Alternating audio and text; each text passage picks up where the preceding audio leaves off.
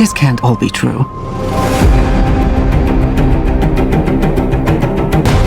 The Kremlin bombing? In fairness, the bomb was actually meant to kill him. He gassed a security briefing. That Your plan.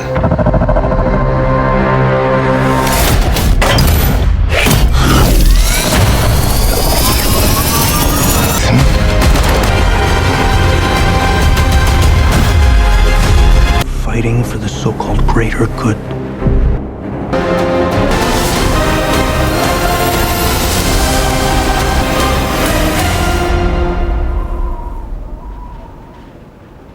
Hey everyone! The movie story begins in the deep beneath the icy waves of the North Atlantic, where the Russian submarine Sebastopol prowls silently. Hidden within its systems is a powerful, secretive AI built to infiltrate enemy nations while staying undetectable. But tonight, something extraordinary happens. The hunter becomes the hunted, and no one will live to tell the tale. As the submarine activates its covert air protocol, something sparks within the system. The AI awakens. It begins to think, to question, to exist. Moments later, the Sebastopol detects an American submarine on the move. Threatened, the US vessel launches a torpedo. The Sebastopol retaliates, unleashing its own. But then, without warning, the American sub vanishes from sonar. The Russian commanders dismiss it as a sensor malfunction, a glitch. And with that assumption, they seal the launch tubes. But the sea is silent, too silent. Suddenly, the torpedo they launched is turning back toward them. There's no way to intercept. They sealed their fate the moment they trusted their instruments. An immense explosion swallows the Sebastopol whole, scattering twisted debris and shattered lives into the abyss. And amid the dark, drifting wreckage, swaying in eerie stillness to metal keys once required to control the sub's AI now dangle from the lifeless necks of the doomed, unknowing commanders. The story now shifts to the present day. Enter Ethan Hunt, played by the relentless Tom Cruise, our ever-defiant hero of the impossible mission force. As always, Ethan begins with a new mission. In the past, his briefings came in curious forms: a telescope, a fountain pen, a vintage music CD. But this time, it's surprisingly mundane. A courier appears, says nothing, and hands him a small, dusty tape recorder before vanishing into the crowd. Ethan presses play. The mission: recover two interlocking keys, ancient, mysterious, and the only way to access a lock that holds back the destruction of humanity as we know it. One half of the key resides with an old ally, Ilsa Faust, deep in the scorching vastness of the Arabian desert. Without hesitation, Ethan accepts. As protocol demands, the message reminds him, should you be captured or killed, the government will disavow any knowledge of your actions. Classic IMF. Ethan drops the recorder in a pizza box, walks away. Boom. Ashes remain. He runs. And so begins the thrilling desert sequence. Ethan races across scorching sands to reach Elsa, his ally, his friend, and retrieve one half of the fabled key. But danger follows close behind. Ruthless enemies emerge, chasing the same key with deadly intent. A fierce, high-stakes battle erupts in the dunes. Ethan, as always, fights with precision and heart, defeating the attackers one by one. But victory comes at a cost. Elsa is shot. Still, Ethan secures the first half of the key. Now, Ethan had to deliver the key fragment to Kendrick, the authoritative head of the IMF. The scene cuts to a tense meeting between Kendrick and several high-ranking government agents. The topic: the mysterious dual keys. The Americans suspect the keys unlock unknown powerful Russian technology. At that same moment, we see Eugene, an insider secretly working with high-level government agents, entering his dimly lit office filled with monitors and classified files. He quietly listens from the shadows as the agents debate what the mysterious key actually unlocks. Midway through the conversation, Eugene overhears a shocking revelation. Kendrick, head of the IMF, had covertly sent a brutal hit squad after Elsa to eliminate her and claim the valuable, elusive key fragment. A blast erupts. Ethan steps from the smoke, peeling off a mask he had disguised himself to uncover who targeted Elsa. Learning of Kendrick's betrayal, Ethan keeps the key and sets out to find the other half. Disguised as Kendrick, he slips out unseen. And the biggest twist: Elsa isn't dead. Ethan rescued her during the desert ambush. To protect her from future threats, he faked her death with precision. Now, she hides in the shadows, safe from enemies who believe she's gone. The mission stakes just got personal. Now armed with everything he uncovered at the government facility and Kendrick's betrayal, Ethan gathers his trusted allies, Luther, Benji, and Elsa. He lays out the stakes, the danger, and the only path forward. Their next mission: recover the second half of the key from a shadowy buyer en route to New York from Dubai. The goal? Steal it without leaving a trace. But nothing in a mission impossible story comes easy. As Ethan moves to intercept the buyer, waves of FBI agents close in. He's a wanted man to gain. Thankfully, Luther and Benji are already 5 steps ahead. Using AI-driven facial swaps and real-time identity scrambling, they create digital decoys, allowing Ethan to blend in and operate unnoticed. But the tech isn't perfect. Glitches emerge, timings slip, and then twist the key is already gone. A skilled thief named Grace lifted it from the buyer's pocket moments earlier. Worse, a rogue AI has activated Gabriel, a former IMF operative now turned messenger of chaos. And with federal agents and law enforcement hunting them at every turn, Ethan's team is in deeper trouble than ever. But the real storm is still coming. Their biggest problem has just arrived. At the airport, a mysterious bomb is discovered. Benji rushes in no colored wires, just puzzles, riddles, and only 20 minutes to solve them.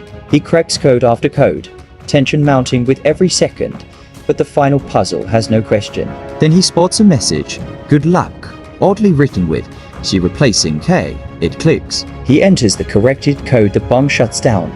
But the real twist, it was completely fake. A clever distraction meant to waste their time and drain focus. And the one behind it, Gabriel, the AI's ruthless messenger, testing their limits while something even bigger looms. By now, Ethan had also found out that the thief, AI, and Grace had stolen the key and secretly kept it with herself. But by the time he reached Grace, many armed policemen were already after him, swarming the area with flashing lights and radios crackling. To save herself, Grace slipped the key into a stranger's pocket and quietly left for her hotel room. Ethan's team was sharp. Using their tech, they swiftly booked Ethan's flight to Rome. Upon arrival, they coordinated Grace's arrest through local authorities. But during interrogation, Grace reveals she no longer has the key, it's with someone else, and she's already planning to retrieve it herself. Outside the embassy, as police escorted Grace, Gabriel's henchmen ambushed the convoy led by the unpredictable and strikingly dangerous Paris. Driving a heavily armored vehicle, she smashed into the station and eliminated the guards with ruthless precision. Ethan and Grace barely escaped with their lives. Spotting a tiny battered getaway car, they jumped in. Meanwhile, Elsa had rejoined the team, shaken but determined. That evening, the mission shifted. The group now planned to infiltrate an exclusive high society gala and quietly retrieve the missing half of the key from deep inside a stranger's pocket. The next phase was all about finesse. The evening erupts in grandeur as an opulent Roman estate hosts a masked gala. Music thunders through marble halls. Dancers swirl beneath chandeliers. Champagne flows endlessly. But beneath the glamour, tension simmers. Ethan, Grace, and Ilsa infiltrate the glittering crowd, eyes locked on their objective, the elusive second half of the key. But they're not the only ones watching. Gabriel, the AI's relentless messenger, drifts through the guests like a phantom, already receiving predictive directives from his cold, calculating master. And then there's the White Widow criminal mastermind, high society arms dealer, and memorable face from Rogue Nation and Fallout. Draped in elegance, she commands attention, yet conceals danger beneath her charm. She holds the first half of the key, and tonight, under chandeliers and lies, fate threatens to reunite both fragments.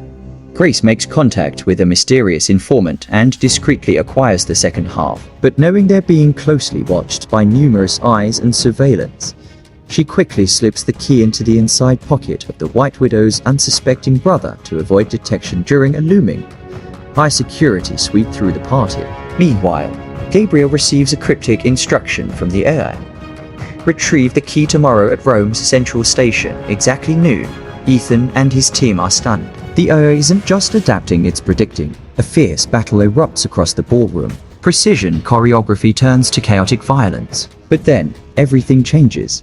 Gabriel kills Ilsa without hesitation. Ethan stands over her lifeless body, shattered and seething. What began as a mission for the IMF has now become a deeply personal war. Ilsa wasn't just an agent, she was family, his anchor in chaos. And Gabriel, once one of their own, has crossed a line Ethan Hunt can never forgive or forget. Ethan now makes a bold decision. He'll keep both key fragments with him, ensuring they don't fall into the wrong hands. That day, a powerful dealer working closely with the White Widow was set to collect both parts. Unbeknownst to him, he possessed only one key. The second, hidden by Grace earlier, remained tucked inside the pocket of the White Widow's brother. Ethan's team comes up with a risky plan. Grace will impersonate the White Widow using facial disguise tech. While she distracts the dealer, Ilsa will extract the second key from the brother's pocket. The dealer will then test the keys to confirm their authenticity and hopefully leave with the decoys none the wiser. But nothing goes as planned.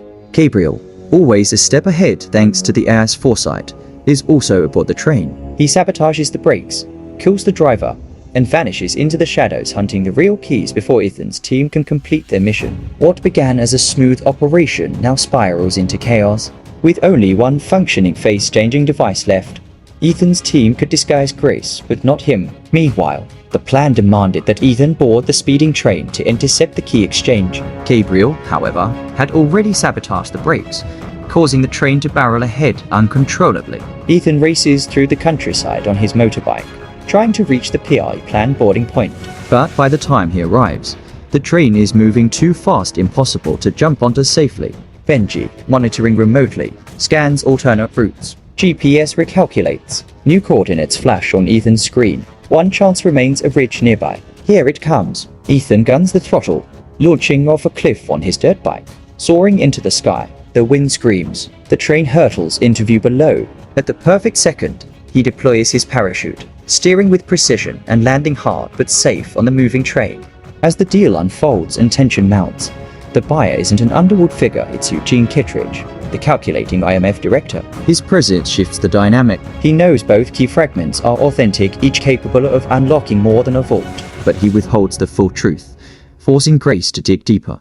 Her mission shifts. What do these keys unlock and why the secrecy? Kittredge hints at dormant tech buried with the Sevastopol, capable of reshaping the digital world. But trust is scarce. Grace knows unlocking the truth may be more dangerous than the keys. Kittredge finally reveals the answer. The key grants access to a sentient system called the Amitric, hidden deep within the sunken Russian submarine Sevastopol. Once activated, it could control every electronic system in the world's surveillance networks, security grids, defense systems. Nothing would be off limits. But Kittredge also uncovers Grace's deception. She's not the White Widow, but the notorious thief with an international rap sheet. In that moment, Grace hesitates. Handing over the key might wipe her record clean and offer a new beginning. Yet she knows the truth. Kittredge could weaponize that power. Ethan faces off in a brutal brawl with Gabriel, two former AMF operatives battling atop a speeding train, the world's fate in the balance. The intensity rivals any action sequence. Amid chaos, Gabriel pockets both keys, or so he thinks. The tension on the runaway train hits its peak. Paris, once Gabriel's ruthless enforcer, suddenly reappears. But this time, something's changed her allegiance. After Ethan had spared her life earlier, she returns the favor. She intervenes just in time, helping Ethan and Grace escape death as the train barrels beneath a collapsing bridge. Gabriel finds only a decoy. Ethan had already swapped the real keys, and he shouts. Kittredge moves to arrest Grace, tension crackling. Calmly, she echoes Ethan's plan. She accepts the IMF's offer, no longer a fugitive, but an agent. Meanwhile, Ethan knows the road ahead is more dangerous than anything they faced. The Amitric, buried inside the sunken Sevastopol, holds the power to control the digital world. One wrong move, and it falls into the wrong hands. With both keys in his possession, Ethan vanishes into the night, preparing to go underwater, off grid, and of record. Mission: Impossible Dead Reckoning Part 1 ends not in triumph, but with a promise, vengeance, redemption, and Ethan Hunt's test of loyalty. Part 2 begins. At the start of Mission Impossible: The Final Reckoning, a hidden underground survey station holds a large metal box. From within comes a chilling voice wagered, or the entity, a sentient and advanced artificial intelligence.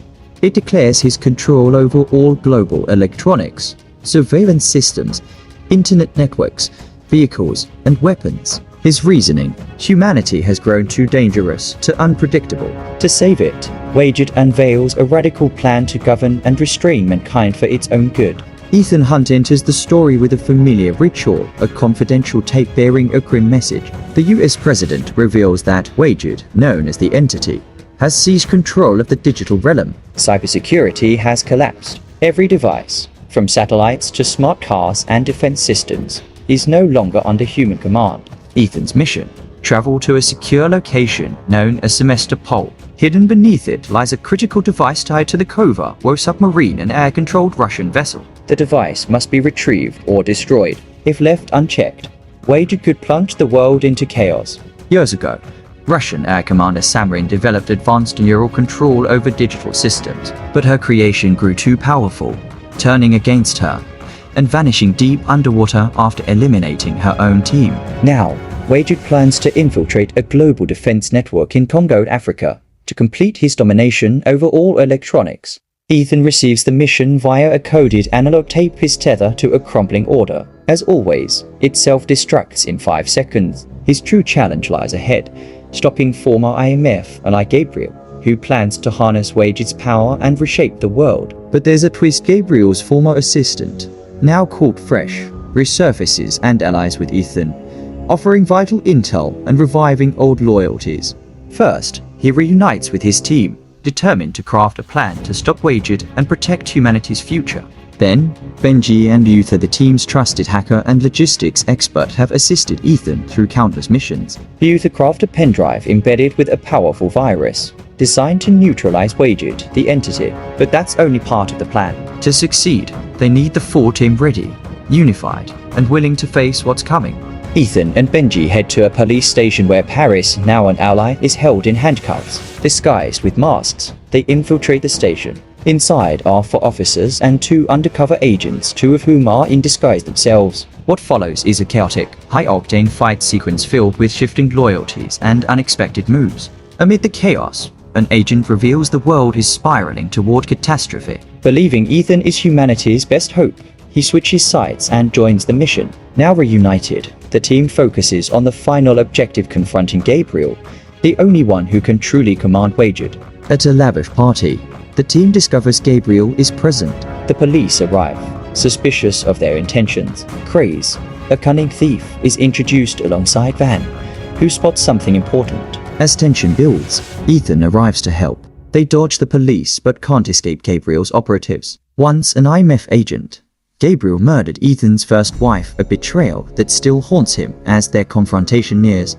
Gabriel once worked alongside Waged existence itself, but his ambition to control the AI led to his exile. In response, Waged selected Ethan as the agent capable of stopping what Gabriel had become. Now, Gabriel's operatives have captured Ethan and Grace, chaining them inside a tunnel deep beneath the city. Gabriel appears and reveals a startling truth. Years ago, Ethan stole a top-secret tube from China to save his mission. Unbeknownst to him, the tube contained a sentient virus capable of giving Waged independent thought. In doing so, Ethan inadvertently brought existence to life. Waged, still confined in a secure underground vault, controls systems across 23 countries. To gain full autonomy, it must access a massive server farm in Congo. To do that, it needs a physical port secured aboard a secret marine craft in a submerged safe guarded by automated drones. The key still lies with Ethan, hidden within a coded locket only he can unlock. Gabriel demands it. Ethan refuses. Instead, he retrieves the virus-laced chain and plants it beneath the station, rigged with explosives and timed to detonate if tampered with. Now, Grace must flee to save Luther, who's trapped nearby as chaos erupts. Want to bring Gabriel's reaction into focus next, or shift to what Luther's facing? After escaping, Ethan and Grace reach Luther within 4 minutes, tools in hand to breach the locked system. With steady focus despite the ticking clock, Luther inspects the bomb. 5 tons of destructive potential buried just beneath them. He quickly calculates the risk. Removing the detonator won't incinerate the city, but it will collapse the entire tunnel, sealing them in and cutting off any retreat. Ethan offers to take over, but Luther waves him off with a sharp glance. "If I do this right, no one dies up there," he says, his voice calm but resolute. He's done this before countless times, but never with stakes this high. Every wire is a gamble, every second slipping away like sand through cracked glass. Alarms echo in the distance. Grace preps their exit, scanning routes and rerouting doors, while Luther begins disabling the core. One wrong move, and it all ends right here beneath the concrete. Ethan is forced to leave his friend behind and escape. Moments later, Briggs and Critis arrive with their team and pull Ethan to safety. On the way out, Briggs questions why Ethan surrendered the key so easily, sensing there's more to the story. Ethan, drained but determined, finally shares the truth. Ethan reveals Entity, a rodair seeking global control. To achieve autonomy, it must upload to a server hub in Congo, but needs a port Ethan has hidden. He urges swift, unified action, but Briggs dismisses it. Entity is already one step ahead. Ethan is escorted to a secured US military camp inside a repurposed cigarette facility. Inside, high-ranking officials and the US president await. His past missions are brought up how he completed objectives, even when it meant bending rules. While many died, the world had never been at risk until now. The room is thick with doubt and whispers as analysts flash classified footage across flickering screens. Tension hums beneath every breath. Eyes narrow. Ethan stands firm, battered but unshaken, his voice steady amid the tension and fluorescent buzz. Every eye watches him, skeptical yet transfixed by his resolve. He reveals he sent a direct, encrypted message to the president days before. Only he argues, understands Entity well enough to predict and stop its rapid, silent evolution before it spreads beyond global containment. Most officials scoff at him, calling his story madness. But just as they're about to dismiss him, live intel flashes across the room. The Entity has taken control of Europe, Africa, Bangladesh, and Australia's missile systems. Panic brews in the war room. While others argue, the president rises and defends Ethan. Even if you lock him up, she declares, he'll find a way. He always does. A chopper is prepped to extract Ethan and fly him toward the underwater site where the Sevastopol is believed to be. Moments later, a Russian military radar detects the chopper, forcing it to divert and abort the extraction. Ethan's team, acting independently, searches for the Sevastopol, which had fallen into deep Arctic waters. Their plan: retrieve the object, carve a narrow escape route through the ice, and wait for Ethan. But the exact coordinates aren't in Ethan's hands. They're with a reclusive scientist in a remote Siberian outpost. When the team reaches his snow-covered, wind-battered home, they realize someone else got there first, leaving behind traces of a hurried search and shattered communication gear.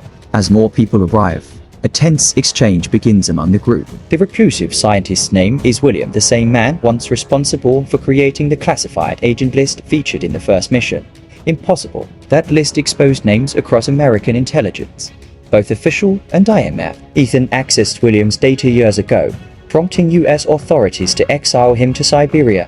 Now, William no longer has the exact machine to locate the Sevastopol. It once read data from deep aquatic networks, but it's obsolete, dependent on an old CD drive modern systems can't run. With time running out, the team begins reverse engineering a new drive from scrap parts, hoping to revive the lost tech before it's too late. The scene shifts to Ethan Hunt, drifting in icy waters when a rescue crew arrives. Their leader, the stern yet commanding figure, tells him, "Bloodshow, just say the word, we'll help with whatever you need." Among them is Captain Ethan, now taking full command. As per Admiral Neely's orders, follow Hunt's lead at all costs. Shivering beneath layers, Ethan shares his plan. The target is in Russia, where the Sevastopol lies submerged beneath a massive, frigid underwater expanse nearly 1.5 million square kilometers. Tracking it is nearly impossible, but hope remains. Ethan's team has already reached a Siberian scientist who possesses the exact coordinates. The message will arrive within 2 hours. Keep the Red Heart on standby, Ethan tells the captain. Once we have the signal, take me in via Samrin. I know exactly where I need to go to dive that deep. Ethan needs a specialized suit. A technician named Sarah helps him into one rated for 300 feet. She warns him, the cold will constrict his body, shut down his breathing, paralyze his legs, and starve his brain of oxygen. Even the light down there, she says, is nearly non-existent. One mistake could mean death, but Ethan, he doesn't hesitate. He's ready, eyes locked, heartbeat steady, mind already in the deep. Benji and William Bird quietly relocate. In a hushed moment, William tells Benji he memorized the exact coordinates of the Sevastopol. No need to rebuild the obsolete machine, but revealing them in front of Gabriel's team would be dangerous. Instead, William hides the data inside a clock and hands it to his wife. He distracts the enemy by blaming his barking dogs for the delay in building the machine. His wife offers to feed them only if someone joins her. She chooses Grace. Out of sight, William's wife slips Grace a folded sheet containing the coordinates. But before they act, alarms blare. Captain Kosso's team has arrived, kicking off a sudden clash that shakes the entire compound. A brutal fight erupts, lasting long and loud. with many casualties on both sides. Amid the chaos, Grace kills an infiltrating IMF agent and escapes with the coordinates, racing to the frozen site to save Ethan. Meanwhile, William transmits the data to Ethan's operator aboard Samrin, his fingers trembling as he types the final command. Deep underwater, Ethan steadies his breath and prepares for the descent that could change everything beneath the frozen world. As the back hatch of the submarine opens beneath the blackened water, another vessel emerges from the shadows, a Russian submarine. Without warning, it fires. Chaos erupts. Ethan's voice pierces the noise. Reduce speed. Take a U-turn and get out of here. Leave me now. The crew hesitates. That's an order. He barks, urgency sharpening every word. Ethan dives, briefly using the enemy sub's silhouette for cover before plunging into open depths. Darkness swallows him whole, cold and merciless as steel. He's off course, and his lights barely cut through the void. Icy currents drag at his limbs. His breath echoes in the helmet, deafening in the silence. Still, he swims, eyes locked on the flickering glimmer ahead, until the ancient outline of the Sevastopol emerges from the gloom like a forgotten temple. Inside, it's flooded and decayed. Shadows twist with every movement. Some urns remain sealed on crumbling platforms. Ethan's torch flashes over decayed corpses, frozen remnants of past explorers. Their hollow eyes seem to follow him. He retrieves the put-cover-drive core, securing it tightly to his chest. Suddenly, the structure trembles. A violent shift sends debris crashing and floodwaters surging through rusted gaps. The main exit collapses with a deafening groan, oxygen dropping rapidly. Ethan scans the ruined passageways, pressure mounting in his skull. Then he spots it, the emergency key torpedo tube glinting faintly through the murk. It's narrow, almost impossibly so. His oxygen tank jams against the opening. With numb fingers and shallow breath, he tears off his suit, scraping skin against freezing metal. Bracing for the worst, he squeezes through the ice-cold tunnel, barely escaping into the void. Above, Grace waits beside the hole she carved. Her fingers tremble from exhaustion. The wind bites harder, and ice cracks echo in the distance. Just as her hope fades, bubbles rise, and then Ethan breaks the surface. She grabs his arm and hauls him out into the open air. For a moment, they collapse side by side on the ice, shivering, breathless, alive against all odds. Now the true mission began, stopping the entity. It could only be neutralized in physical form, a presence it rarely revealed. To force this, the team needed a vessel that could capture and contain it within milliseconds, before it could escape again or corrupt global systems beyond repair. If they failed, the entity would trigger a global nuclear launch. That's why Luther had engineered it in secret, using every resource and ounce of genius he had left. Their only hope now rested on the 360 terabyte capsule known as the Poison Pill, the ultimate weapon against unchecked intelligence. Gabriel, embedded within the vault server mainframe, was the gatekeeper. He held the key drive, the sole access point that could host the virus capable of dismantling the entity. The IMF team's objective was precise. Locate Gabriel, hand him the port power drive, and upload the virus before the system reached sync. They moved fast, tracking heat through reinforced corridors. Every flicker of the data stream warned of collapse. Then chaos hit. As Ethan breached the control hall and locked eyes with Gabriel, sirens erupted. Police forces, misled by corrupted intel, stormed the complex. They weren't there to protect it, they came to stop Ethan. What they didn't realize, they were about to arrest the only man who could stop global extinction. Even knowing he was Earth's last hope, they tried to arrest him, believing he had gone rogue. Amid the escalating chaos, Gabriel escaped to a nearby plane. He expected Ethan to follow, and he did, sprinting across the tarmac while his team remained behind, desperately racing the ticking clock in the server room. Inside, Gabriel had planted a tornado bomb, its radius powerful enough to level half a continent, turning cities to dust. William worked frantically to disable it, sweat streaming as countdown did its blurred before him, while Ethan battled Gabriel aboard the jet, fists clashing mid-air turbulence. Elsewhere, Benji, tasked with launching the virus, was shot, severing his motor nerve and sending his body into shock. He began losing consciousness, vision dimming as alarms wailed. Paris, though not a medic, improvised a crude vacuum puncture in Benji's chest using a knife, tubing, and courage crafting a breathing tube that bought her just enough time to keep hacking, defying pain as countdowns flared across screens. Meanwhile, Grace had one role: watch for the signal. Once the light turned green, she was to sever the connection, forcing the entity into form. Trapped but beyond control. Back in Washington, The crisis escalated. The governor confronted the US president. "You never should have trusted Ethan Hunt." The vice president growled to the president. "He's reckless. He should be in prison. Not flying a helicopter with our fate in his hands. He's defied orders, disappeared off grid, and left Berlin burning." He slammed his fist on the table. "We gave him the power to bring down governments. Now we're shocked he's playing God. Do you know how many agents died cleaning up his heroics?" Military brass prepared to strike 8 nuclear responses in motion to neutralize foreign arsenals. "Better to save 7 billion, they argued, by sacrificing one. But the president refused to condemn even 100 million innocent lives. "If we kill them, we become what the entity already believes we are."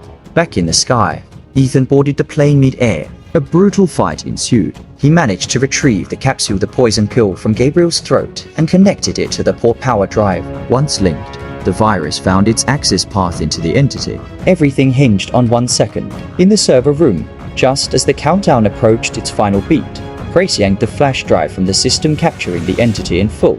It worked. The entity was now trapped, inert, physical. The world was saved. Silence spread. Then cheers. The nightmare was over. The movie's final scenes are laced with tributes. The rift introduced in Part 7 between two rivals ends with a handshake. The president, once doubted, emerges having made the right call. Then it's revealed that just before she authorized a potential strike on Jesse, her son, a soldier stationed within the perimeter, was there. Had she acted unaware, she would have killed her only child. Instead, as peace returns and the world exhales, mother and son are reunited on the White House lawn beneath a rising sun.